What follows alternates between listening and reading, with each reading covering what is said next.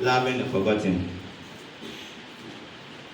The day that they first saw you, show them how to tread their path of view, lifting them from all their flaws, traversing with them through to their unknown doors to secure a heavenly bind. You charge their souls and minds with a loving heart and a harmless kind. That very moment, they saw your brilliance. Your sanity was well defined with prudence. As they traveled with you through to their unknown dreams, your songs and your teachings fell on them in steady gleams. Because you were assigned to be their seer and protector. In all their endeavors, in sadness, in pain together. But as the years rolled on further, the storms came and struck them to falter, putting them on streets, corners, and market squares in quest for the living water. To be starved, harassed, be raped, and sometimes be beaten. But in spite of all our pretenses, we couldn't fill the vacuum within their hearts with love.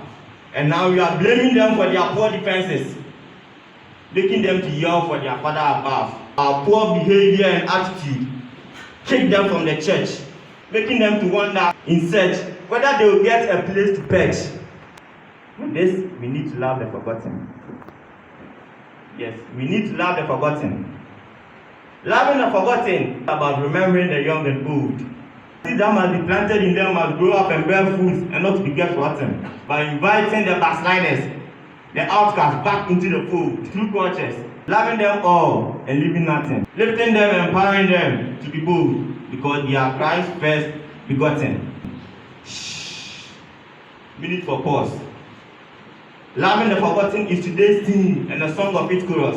That day Christ said, "Inasmuch as you did for the least of these, you did for me." So why don't we unlock our consciences and set our minds free? That loving the forgotten is not about saving yourself, but it's about availing yourself to save others and oneself. It means reclaiming the undefiled love and forgetting the outcast in wholeheartedness. Morally, being right with estimable personal readiness. Being a friend to man, to portray your ecclesiastical activeness. Denying yourself to serve to your best abilities and shun that selfishness.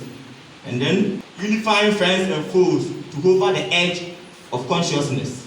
Stretching forth your hand over the outcast to hover the sense of meaningfulness. Then amid the circles of hardship, filling the mouth of the forgotten with the bread of happiness. To pave way for God's word to be preached as an eyewitness. Loving the forgotten. The poet once said, "Love is a gift to make the grief special, with its ingredients to drive sadness, which is very essential." Then why are we all running from our Christian responsibilities? Because we don't care for the people on the streets, the poor, and the people with disabilities, and what goes on within their life activities. So then, church, arise, arise, arise and be awake from the war chimes.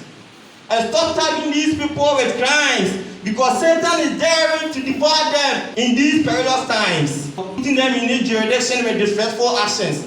Let us also go and rescue them from this Satan obnoxious sanctions.